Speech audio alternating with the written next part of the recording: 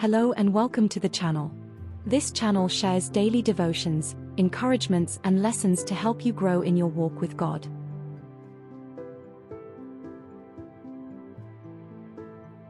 Today I want to share a very personal testimony, my salvation experience. I heard at church that there was a youth camp that would take place over the Easter weekend in East London by the sea.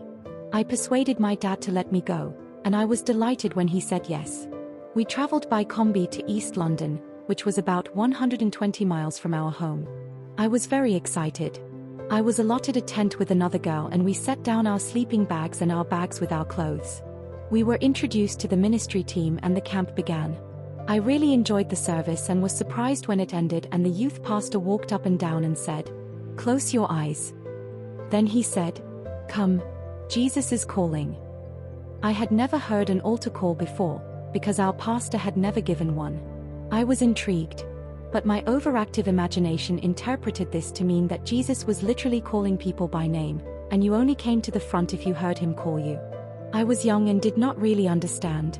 But when those youngsters went forward and were told that they now had a free ticket to heaven, I wanted that with all my heart. I had heard about hell, and I was sure I never wanted to land there. At every service I listened intently, praying that Jesus would call me.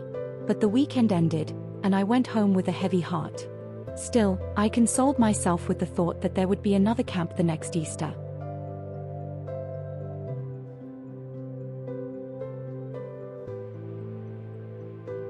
The second Easter came, and I was there, boots and all.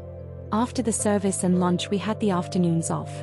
We ran to the beach where we swam in the warm waters and slid down the dunes in whatever we could find. It was great fun. On Sunday morning there was a sunrise service where we sat on the slope overlooking the ocean. It was a beautiful experience. But my motive for coming was clear. I wanted salvation.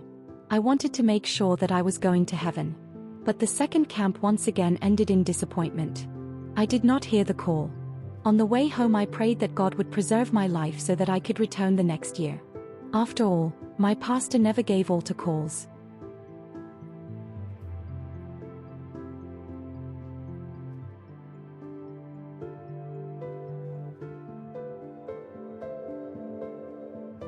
The third Easter arrived and I was full of hope. I unpacked and could not wait for the services to begin. I was a member of the Baptist Church in Umtata, and these camps were arranged by the Baptist churches in the area. But I knew something important. This would be my last chance. I was turning 18 that year, and I would no longer be able to attend youth camp. So I sat in every service full of expectation, believing that God would not let me down.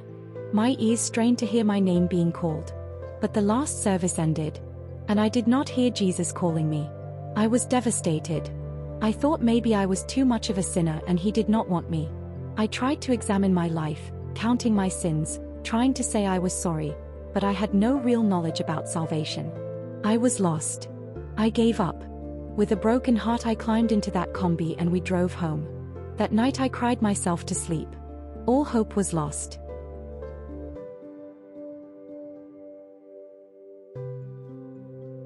But then I heard at church that some missionaries were coming to preach for a week. I was interested because I had never met a missionary before, and I was curious about what they did. I was fascinated when they told their stories. Stories of miracles. Stories of healing. Things we never experienced in our church. Then something happened that made hope flicker up in my heart again. The pastor gave an altar call. Once more I listened intently as he walked up and down saying, "Come, come. Jesus is calling." But again I went home disappointed.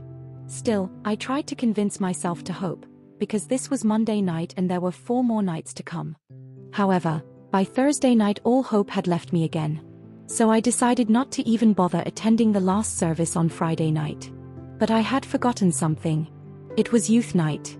The pastor arrived at our house to collect me and my brother. With no excuse, we climbed into the car and went to church. When we arrived, the church was packed. I managed to find a seat about 4 rows from the front, in the middle of the pew. We were sitting like packed sardines in a tin can. The service ended. And once again, there was the altar call. But this time I did not even bother listening. After all, God was clearly not interested in me. Then the pastor said something. After a few people had gone to the front, he said, "There is one more soul. We are not going home until that one soul comes in." Oh no, I thought. That is all I needed. How long are we going to sit here? So I prayed, "Lord, let this person go to the front. I want to go home." A few minutes later I heard people clapping. Good, I thought. Now I can go home. So I opened my eyes. And I was standing at the altar.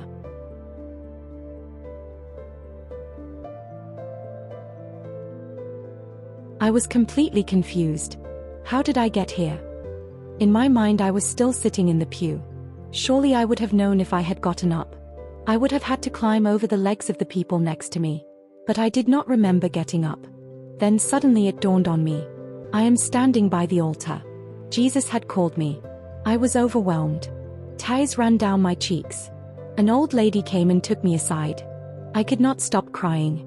She gently said, Now, everything is fine. Just pray the sinner's prayer with me and you will be assured of going to heaven." Those words were the most beautiful words I had ever heard. The next week our pastor came to our house and told my parents they needed to get me a white dress so I could be baptized. We went shopping and my mom found a pretty white dress with a wide skirt. I tried it on to show my dad, and then suddenly I realized something. When I entered the water, the skirt would float up and the pastor would see my undergarment. I was worried. But my dad had a solution.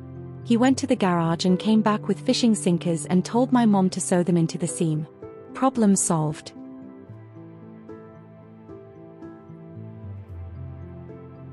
Confidently I entered the water and was baptized. But as I stepped out on the last step, I felt something fall off me, as if I had been carrying a heavy load. I had no idea what that was. But I was overjoyed. Heaven awaited me. The next week the pastor came again and led my parents to the Lord. Then they were baptized too. I was blessed. My brother was still too young to be baptized in that church, but years later I had the opportunity to lead him to the Lord over the phone. He later had himself baptized. Sadly, he passed away during COVID, but I am sure that he is in heaven.